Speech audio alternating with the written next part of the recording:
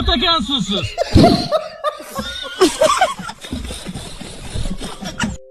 Voy kommentga ketdi. O'zi ham bilardigan indamay ketdi-ku. Peshixotdagi aka hayron meni qatdan tanirkan. Yurak tub-tubidan chiqdi bu so'kish.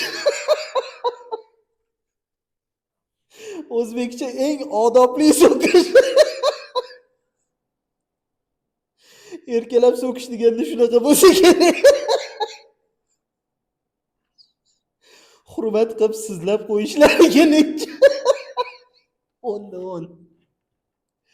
Qadam bildingiz deb kulib yormadi-da, yaxshi. Odobli so'kinish. Boshqa gap yo'qmidi? Menimcha hamma gap shu gap borasida ketdi. Misol uchun men nima qildim hozir? Aka ichida o'zing shunaqasan deb ketdi.